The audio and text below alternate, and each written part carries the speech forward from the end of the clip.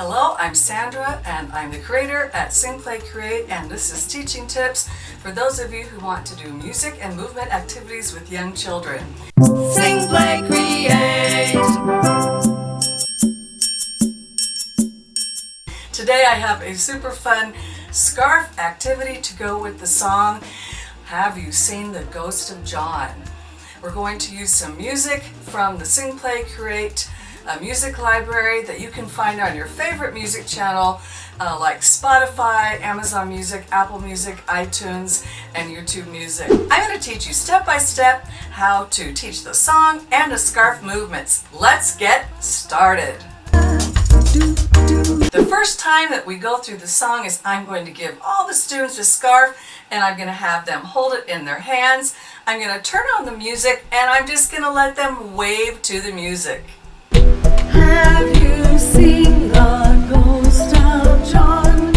Long white bones with a red. They've had a chance to move their scarves in free movement, to listen to the music, and then we'll sit down and talk about the song, the music, how it makes them feel, and some ways that we can use our scarves to tell the story. Each line of the song is going to have a different pattern, and there's also going to be some special words that we're going to have some special actions on.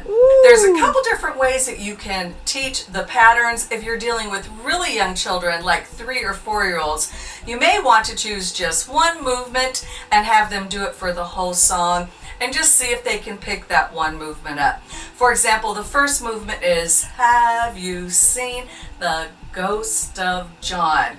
So if I was working with that age group, I would just keep it that simple, and at the very end of the song, I might add in one other movement like, No skin on, with a scary, spooky face, and we wiggle and then we would drop it to the ground.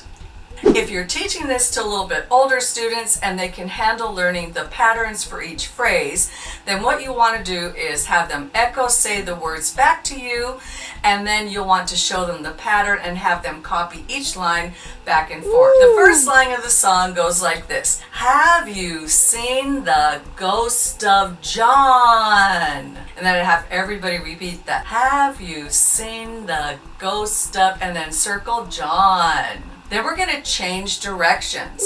Long white bones with the rest all gone. So we're going to do long white bones with the rest all gone. And then our hands are up here and we're going to do the ooh part of the song above our heads. Ooh. And then we're going to come down. Wouldn't it be chilly with no skin on? And then drop all the way to the floor. This is how it looks all together. Have you seen the ghost of John? Long white bones with the rest all gone. Ooh, ooh. Wouldn't it be chilly with no skin on? Have you seen? If you want to take this activity one step further, it's really fun to let the children take the song and then create their own patterns for each line of the song. You can even have each group of students where they are each getting a different color scarf, or maybe the whole group gets one color scarf, and then everybody can perform the song together in their groups, or they can perform them for each other. This is something students really like to do. It's helping them learn sequencing, creating patterns, working together, and that's part of making music together. Yay! It's pretty easy to teach this song to your children. They're going to love waving their scarves to this spooky Halloween song. Be sure to look in the links below to get where the song links are, and also there is a free download of the patterns to this activity that you can use with your children. In this video, I'm going to take you step by step and show you how to teach this to your children. First, we're going to give everybody a scarf. And I like to have the children just move freely to the music. So that's what we're going to do first. First, we will just give them a scarf. We might talk about personal space. Make sure you keep your scarf in your personal space, or you can do a circle around and help them imagine or define their space, Or if you have dots or something on the floor for them to stand on, that will work too.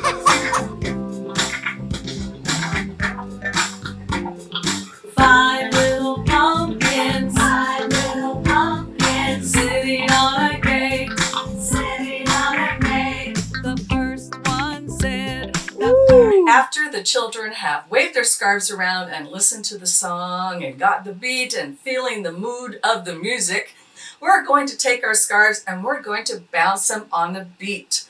So we'll just have them lightly bounce, and for this I usually have them sit down. They're taking a little break because we're going to do some more movement in just a minute. So we'll go through the song and just 5 little pumpkins bouncing on the beat. And the nice thing about having an audio recording is then you can walk around the room and maybe gently tap their shoulders to help them feel the beat, or just stand in front of them and demonstrate without saying anything. Just let them get the feeling of showing the beat with the scarf as they're listening to the music. Now the next part, you can decide how you want to go with this. If you really want the children to learn the exact words, then you're going to want to take some time to echo chant and then echo sing the lyrics back and forth to them so that they can sing the song while they're moving. If you just want to use this as a scarf activity, then you don't need to do that, because you can just show them the patterns that are going to go with each of the phrases in the song. Ooh. So the very first phrase is 5 little pumpkins, and we're going to do 4 beats on that phrase. 5 little pumpkins, and we're going to just swirl our scarf 4 times. And then for sitting on a gate, we're going to go back and forth. We're changing the actions for each of the lines because we want the children to move in cross-directional, up and down and around movements. So the next one is going to be sitting on a gate. Just 4 times because there's 4 beats in that line. Then we're going to go up and down. The first one said, and we have to sneak in the word "oh" at the end of that line. And then we're going to go crisscross. My, it's getting late. The second one said is going to be wiggling down. The second one said there's, and then we're going to go above, witches in the air 4 times. The third one said, and then with attitude, we don't care. And then the fourth one said is just on the beat. The fourth one said, let's run and run and run. The fifth one said, let's have some fun. Now we're not going to play on the beat. We're just going to do some movements that more express the words and the feeling of the music. Whoosh went the wind, out went the lights, and the 5 little pumpkins. And then we're going to roll 5 times because there's 4 beats, but we're going to sneak in 5 movements. Rolled out of sight. So it's kind of ta, ta, ti, ti, ta. So we do it 5 times. So you can go through each of those lines much slower with the children and have them practice them with the words. And then you can try it with the music. The music track I'm using is my music track, Sing, Play, Create. You can find it on Spotify, Amazon Music, iTunes, Apple Music, all your favorite music channels, YouTube Music. And it is a call and response. So each line is actually sang 2 times. So each line that I just showed you, I showed 4 beats. They're actually going to repeat it for 8 times. If you're going to use this music track, then you'll want to teach them to double the amount of time. So you repeat each line as you're teaching it. If you're just going to say the chant with them and say it nice and slowly, like 5 little pumpkins, then you just play it the way that I showed you in the demonstration. Ooh. Here's how it sounds with the music. 5 little pumpkins, 5 little pumpkins, sitting on a gate, sitting on a gate. The first one said, oh my, it's getting late, oh my, it's getting late. The second one said, there's witches in the air, there's witches in the air. The third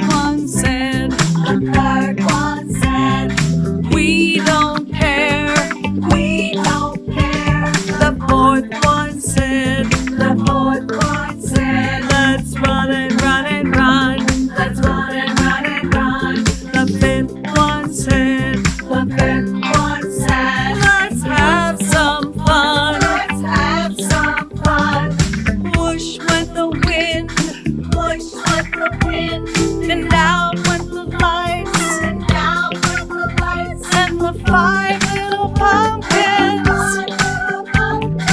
rolled out of sight.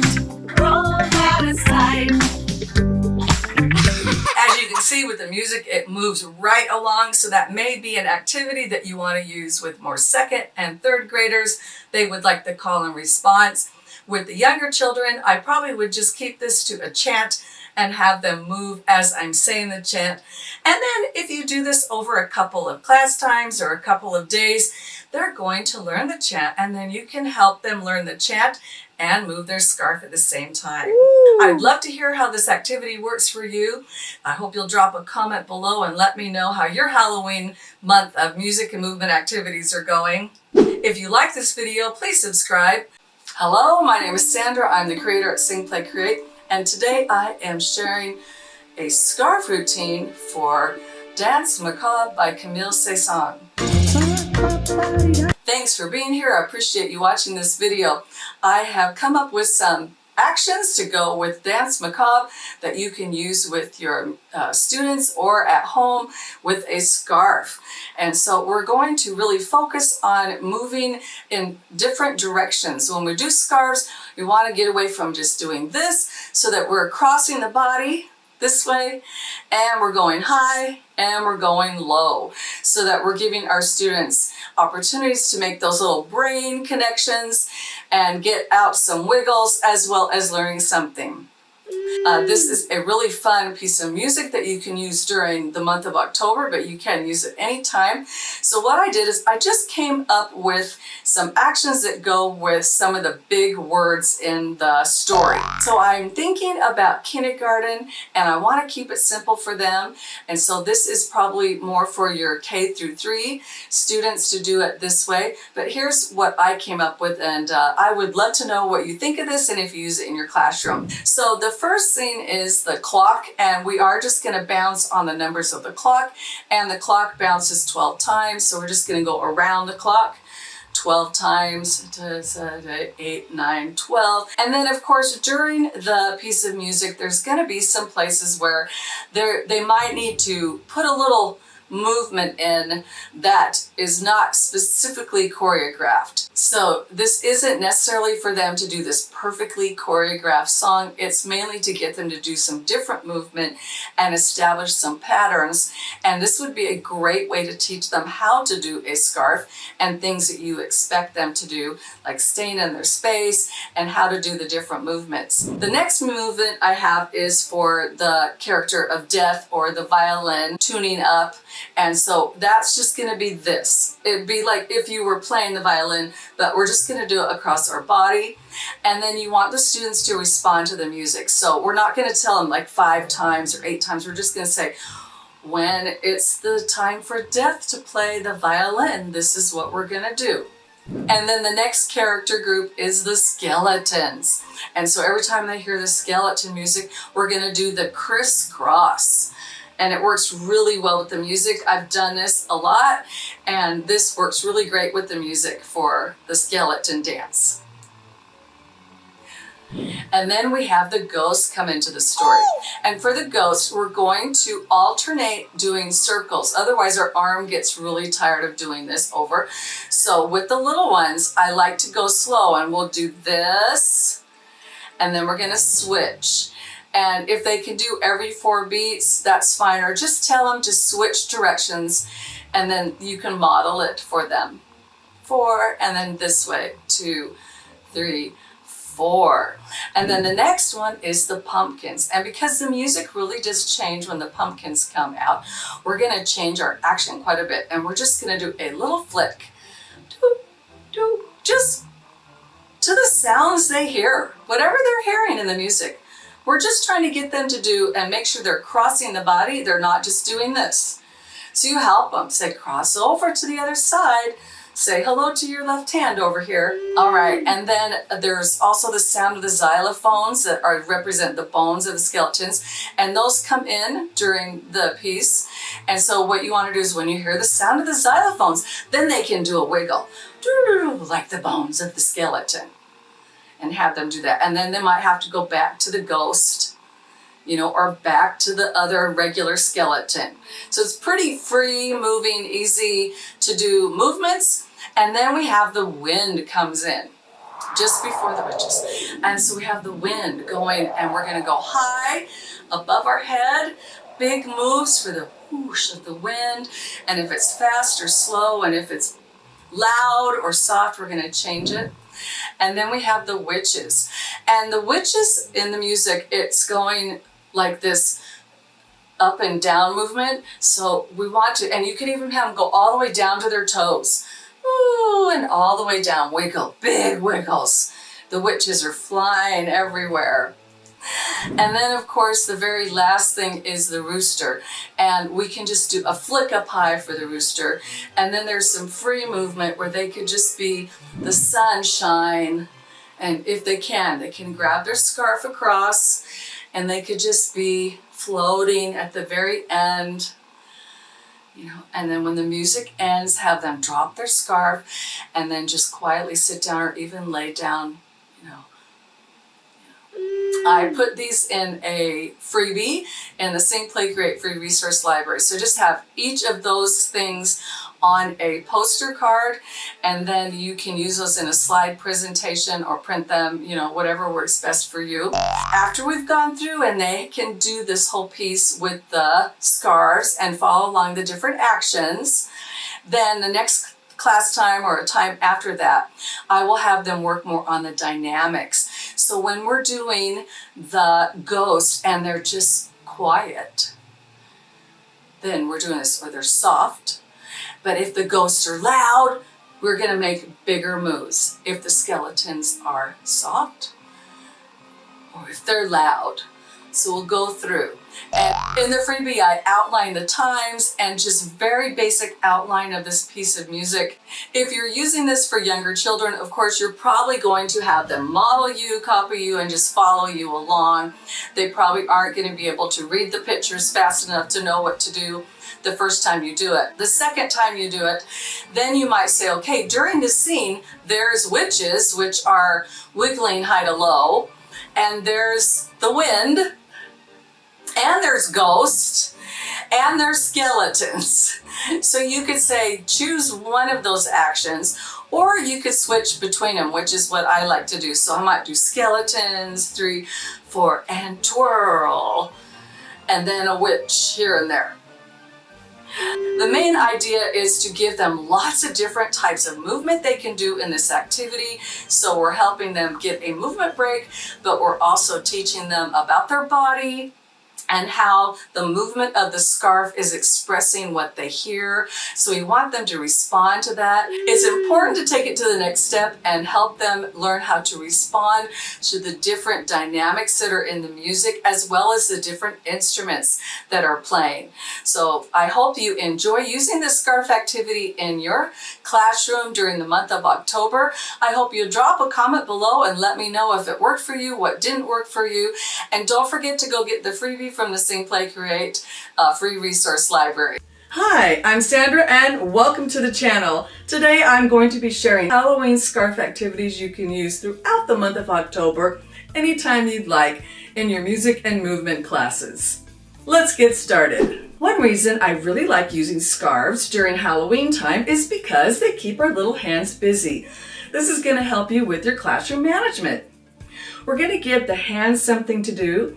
We're going to give the eyes something to do. We're going to give the body something to do.